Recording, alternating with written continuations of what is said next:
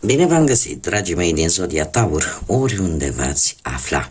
Bine ați venit tuturor pe canalul meu, Tarot Flor de Loto. Numele meu este Nina, pentru cei care nu mă cunosc, și ca de obicei mă bucur să vă am alături atât pe dragii mei abonați, cum de asemenea și pe cei care poate sunteți pentru prima oară aici pe canal.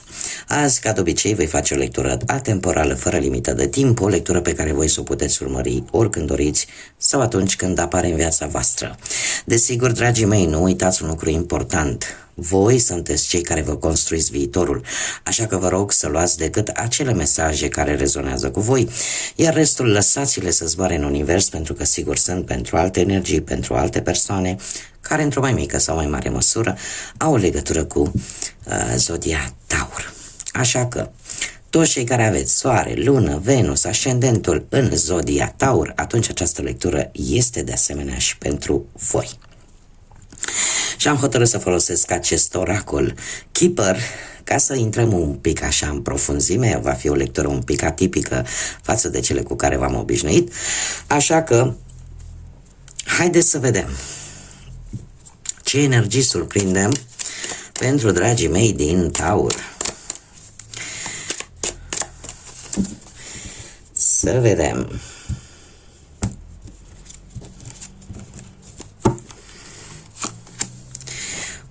Chiar mai ales pentru domni. Dacă sunteți domni, aici sunteți voi. Dacă sunteți doamne, aici e vorba de o energie masculină care prezintă o anumită importanță pentru voi. Nu prea sunt multe de spus vis-a-vis de această carte, decât că aici cineva este important pentru voi. Ce nu vă prea convine sau ce considerați voi că nu prea e în favoarea voastră? Păi, o situație legată posibil de bani sau nu știu, voi aveți o anumită așteptare, poate din partea, mai ales pentru doamne, poate aveți o anumită așteptare din partea unei energii masculine, din partea unui bărbat. Iar lucrul ăsta nu prea joacă așa bine în favoarea voastră. Iar dacă sunteți domni, de asemenea, aveți așteptări vis-a-vis de o anumită situație care poate să fie legată de niște bani. Poate așteptați să vi se întoarcă o cantitate de bani. Poate că așteptați, nu știu, ceva bănuți în plus de la locul de muncă. Și tot îi așteptați, și tot îi așteptați și parcă nu mai vin. Iar asta, așteptările astea pe care voi vi le creați, e posibil să vă joace la modul defavorabil pentru voi.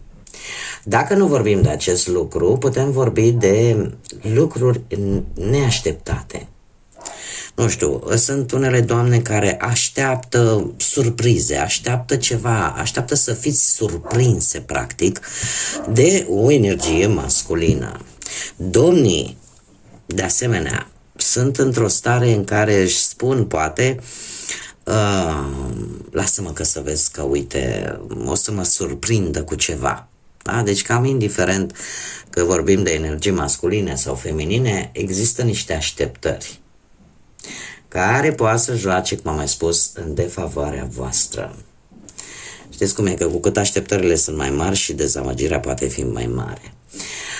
Nu știu, poate că alții așteaptă să faceți mai multe ore în plus la muncă sau să fiți plătiți pentru orele în plus sau să aveți mai mulți clienți, da, pentru cei care... Și tot aveți așa o... Cred că general, așa, e vorba de așteptări. Vă gândiți foarte mult că ceea ce nu este rău până la urmă, asta înseamnă să fii optimist. Da? Nu este ceva rău. Doar că de multe ori lucrul ăsta poate să joace în defavoarea voastră. Haideți să vedem. Foarte interesant. Extraordinar de interesant. Această poziție este poziția în care ce ar trebui să fie în favoarea voastră și avem disperarea. Dragilor, în favoarea voastră, culmea. Tocmai din cauza acestor așteptări care parcă nu se mai îndeplinesc, la un moment dat, paradoxal, lucrul ăsta va face să disperați un pic, să fiți dezamăgiți, ca să zic așa, exact ce am spus, când ai așteptări mari și dezamăgirile sunt un pic mari. Dar faptul că se află pe o poziție care în teorie trebuie să fie una pozitivă, nu că trebuie să joace în favoarea voastră, mie asta îmi spune că nu, cumva, ori lucrul ăsta, această disperare, vă va împinge să aveți, nu știu dacă vorbim de dragoste, să aveți o comunicare, să aveți o conversație sinceră cu persoana care vă interesează pe voi. Dacă vorbim de muncă, o să vedeți că o să spuneți, domne, nu are de ce, am avut atâtea așteptări, nu s-au întâmplat, nu-i problemă, mă duc și caut. Trebuie să găsesc. Adică se declanșează un mecanism de supraviețuire.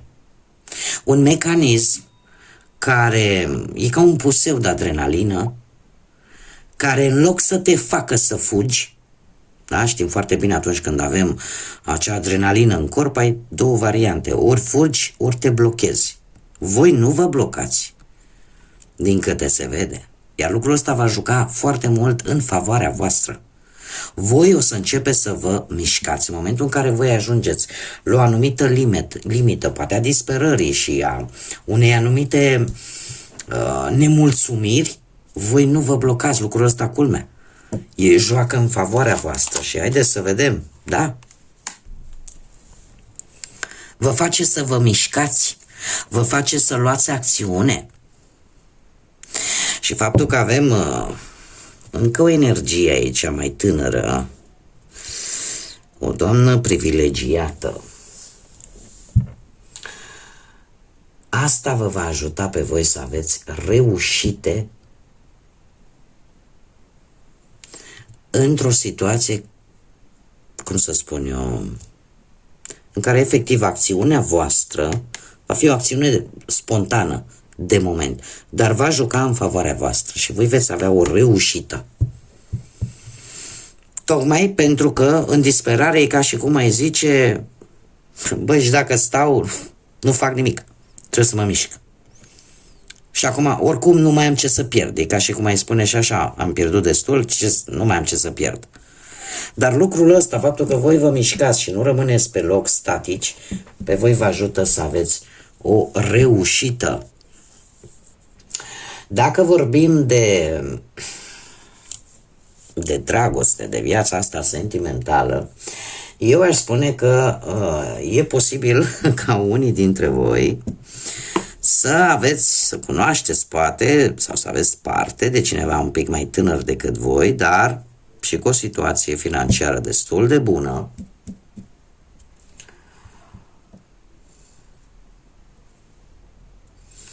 Dacă vorbim de muncă, poate să fie vorba de găsirea unui job care e mult mai relaxat, mult mai fără plin de atâta stres. Iar dacă vorbim de bani, se pare că lucrurile se vor mișca, e adevărat, nu din prima, dar ele încep să se miște pe făgașul bun. Și în felul ăsta veți rezolva poate o situație financiară. Haideți să mergem mai departe.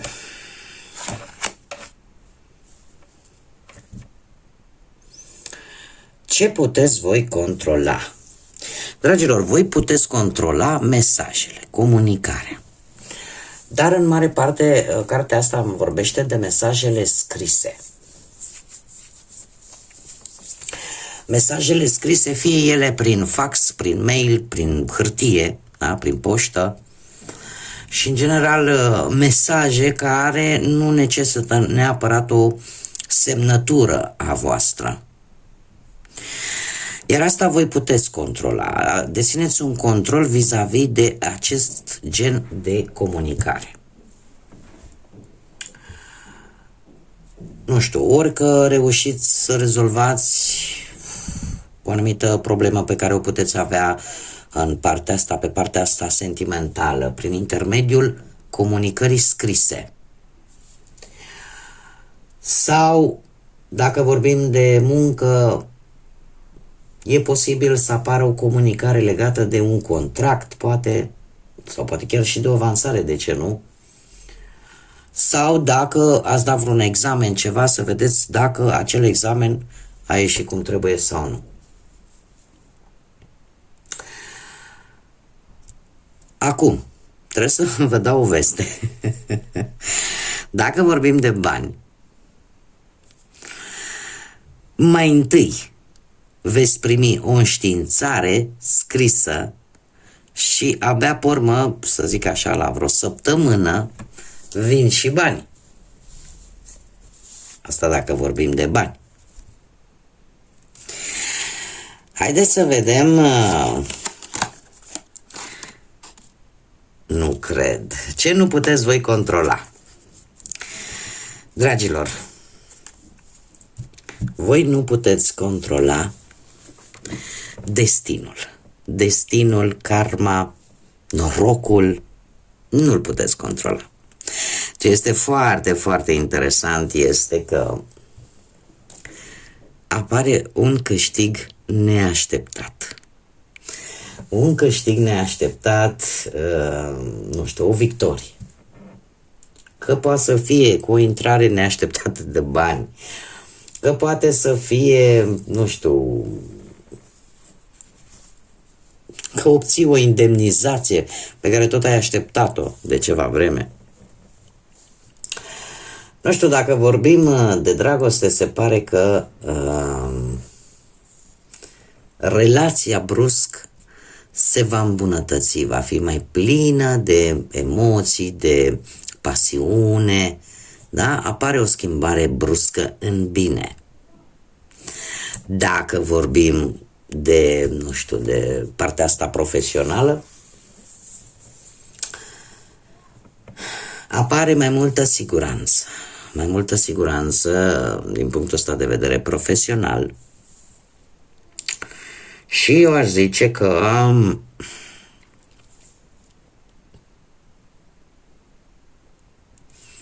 chiar dacă pare ușor imposibil, dar e posibil să se pună ceva bănuți pe la salariu. Sau să obțineți voi, nu știu, ceva în plus. Dacă vorbim strict de bani, trebuie să vă spun că aici avem și o perioadă de timp între, nu știu, o lună sau 6 săptămâni. Partea asta financiară se va îmbunătăți și va putea să se îmbunătățească și pe mai departe. Care este ideea? Că în următoarea perioadă, deci asta ține de ceea ce voi nu puteți controla, e pe această poziție, mie, ca și timp, această carte îmi spune o lună sau cel mult 6 săptămâni, asta ar veni o lună jumătate, în care toate aceste lucruri se vor întâmpla. Această lovitură de noroc. Haideți să vedem ce ne spune și ce ne spune tarotul pentru voi, dragilor, din Taur.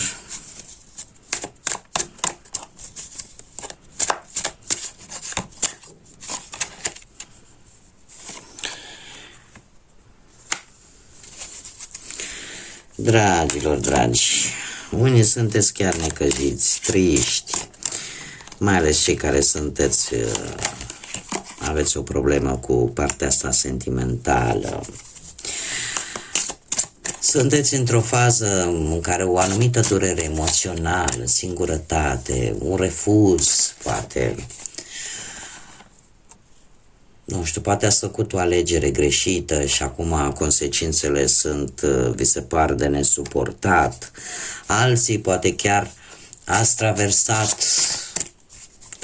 nu știu, o perioadă în dragoste mai ales în care ați descoperit tot felul de lucruri urâte, secrete, ați avut discuții poate și ați trecut poate printr-un divorț, alții printr-o ruptură, alții printr-o separare, alții poate ați avut parte de o decepție la persoane pe care le-ați cunoscut de curând, care poate v-au promis mult și au făcut puțin. Cert este că în acest moment unii dintre voi nu sunteți voi tocmai în cea mai bună formă. Dar eu trebuie să vă zic un lucru foarte interesant, mai ales în pachetul ăsta de cărți de tarot. Într-adevăr, ați avut o perioadă destul de neagră, dar din câte văd eu aici, voi încet, încet ați cam ieșit din ea. Nu v-ați îngropat, ca să zic așa, în această situație. Cumva, știți cum e viața, trebuie să meargă înainte.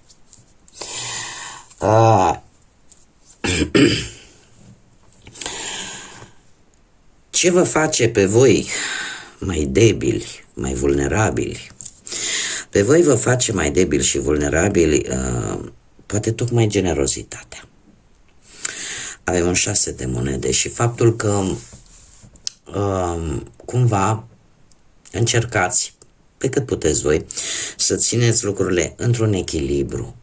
Încercați poate să dați atât cât se poate, da, să ajutați pe ceilalți în așa fel încât și voi poate la rândul vostru când aveți vreo necesitate să puteți primi ajutorul altora.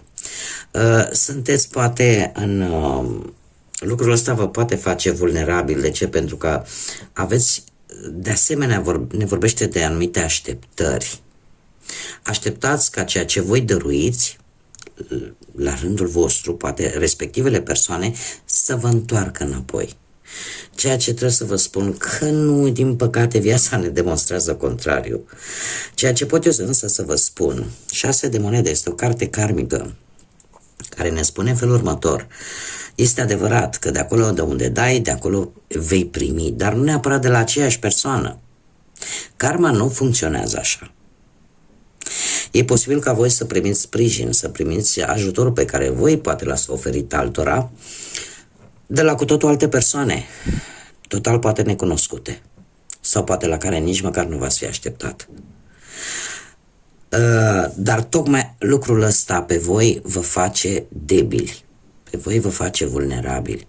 Faptul că mereu gândiți că dacă voi sunteți într-un anume fel, atunci înseamnă că toată lumea e așa. Ceea ce este, din păcate, o judecată destul de greșită în societatea și în lumea în care noi trăim. Ce ai putea să faci ca să îmbunătățești? Avem împăratul. Cu împăratul, nu știu dacă Zodia Berbec vă spune ceva, dragilor, dar poate că ar trebui să copiați pentru unii dintre voi, care poate aveți vreun berbec în familie și mai ales pe parte masculină, fie el tată, frate, soț, bunic, în general pe partea asta paternă, că ar trebui să fiți un pic ca un împărat. Ce înseamnă asta? Păi împăratul este acea energie care tocmai pentru că trebuie să fie un împărat, da? Trebuie să aibă putere de decizie, trebuie să arate că este puternic, trebuie să arate că este stăpân pe situație. Și atunci ce face? În primul rând este mai organizat, este foarte organizat, este foarte dur atunci când trebuie să ia o anumită decizie, pentru că trebuie să se facă ascultat. Are niște responsabilități. Nu, trebuie să știm, împăratul e peste toți regii din tarot. El reprezintă puterea supremă. Și atunci probabil că voi, pentru a vă îmbunătăți o anumită situație, ar trebui să împrumutați oarecum din caracteristicile împăratului. Și anume să fiți mult mai organizați, să încercați, nu știu cum să zic eu, să aveți o atitudine un pic mai autoritară, un pic mai disciplinată, să puneți limite, ca fiecare să-și cunoască locul, să nu mai permiteți anumite lucruri anumitor persoane. Da? Nu te apuci să-i răspunzi împăratului, nu? Pentru că riști multe. Da? Cumva ar trebui să fiți un pic mai împărați. Da? Să fiți un pic mai axați pe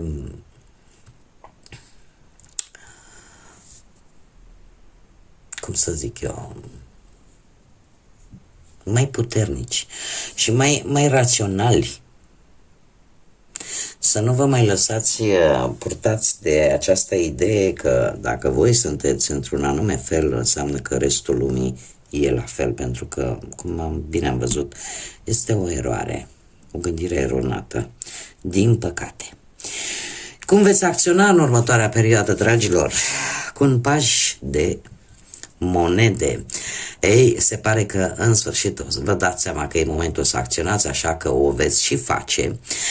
Veți obține niște informații necesare, poate legate de anumite studii sau care vă trebuie anumite cursuri, sau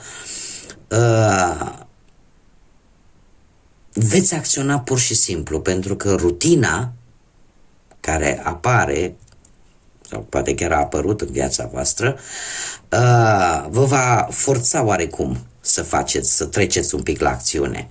Nu știu, e posibil unii dintre voi chiar să începeți, din punct de vedere profesional, poate să începeți, să aveți așa un nou start din punctul ăsta de vedere.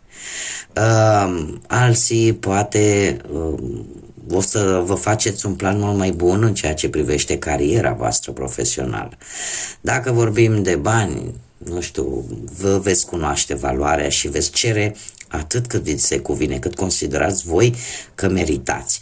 Iar chiar dacă nu veți primi din prima, se pare că veți avea răbdare, pentru că într-un fel sau altul voi veți obține anumite recompense. Așa că nu e momentul să renunțați acum.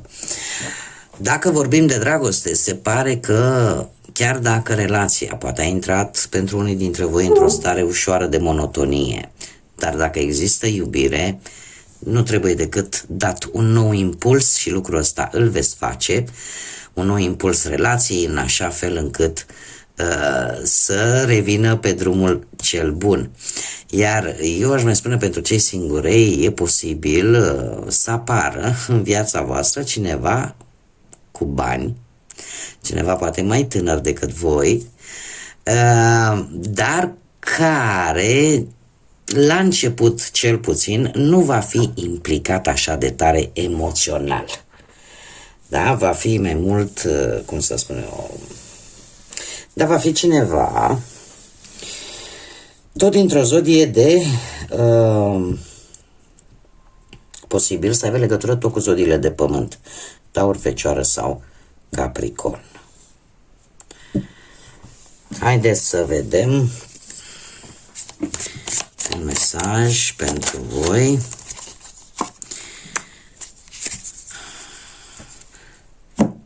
Lasă-te purtat de divinitate. Iubirea noastră virtuoasă și radiantă te va acoperi complet. Lasă în urmă, fii dispus să lași în urmă dificultățile prin care tocmai ai trecut și primește dragostea pe care noi ți-o dăruim. Este un îndemn de a lăsa grijile, de a nu mai gândi negativ, pentru că oricum, știți cum e, indiferent cât de rău ne este, și dacă gândim și mai rău, nu rezolvăm nimic. Nu facem altceva decât creștem cortizolul ăla îl ducem la balamuc și ne distrugem și sănătatea, ne distrugem și tot. Și vorbesc, lucrul ăsta mă includ și pe mine. Când avem parte de lucruri negative, când avem parte de probleme, de multe ori ar trebui să încercăm cu ajutorul religiei, poate cu ajutorul meditației, fiecare cum reușește să facă acest lucru, totuși să ne recăpătăm un pic liniștea interioară. Pentru că cu cât vom sta mai stresați, cu cât vom sta mai plini de o energie negativă, nu vom face altceva decât să atragem și mai multă negativitate în viețile noastre și ne îngreunăm viața și ne și distrugem sănătatea până la urmă. Da? Așa că încercați să lăsați grijile cât se poate, bineînțeles. Și aici avem, ai grijă de tine și ai grijă de grădina ta. Grădina este, de fapt, grădina sufletului vostru. De multe ori avem grijă, nu? Când e frig ne îmbrăcăm, când nu avem cu ce ne încălța, ne încălțăm, ne cumpărăm de încălțat, dar de multe ori uităm să avem grijă de suflet.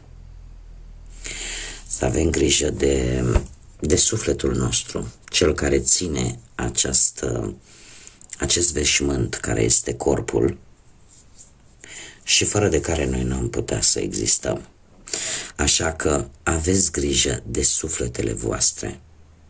Hrăniți-le cu ce considerați voi că aveți nevoie. Atât de simplu. Bun, dragii mei, cam atât am avut de spus în această lectură.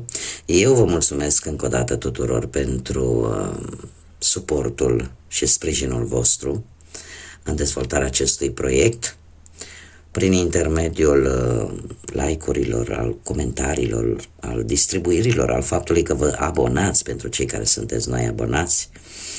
Așa că eu vă mulțumesc tuturor pentru toate aceste gesturi minunate. Desigur, am nevoie de sprijinul vostru în continuare și pe toți cei care încă nu s-au abonat, îi aștept cu mare drag să mărim această comunitate a florilor de lotus. Iar până data viitoare când ne vom reîntâlni, eu vă doresc tot binele din lume și, desigur, multă energie pozitivă. Așa că, dragilor, până la următoarea lectură, numai bine și să fiți iubiți!